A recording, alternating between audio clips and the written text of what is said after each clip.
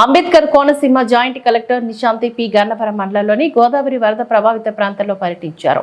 ఈ సందర్భంగా ఆమె గోదావరి వరద ప్రభావిత ప్రాంతాలైన గంటి పెదపూడి లంక, ఊరుముడి లంక గ్రామాలను పరిశీలించారు.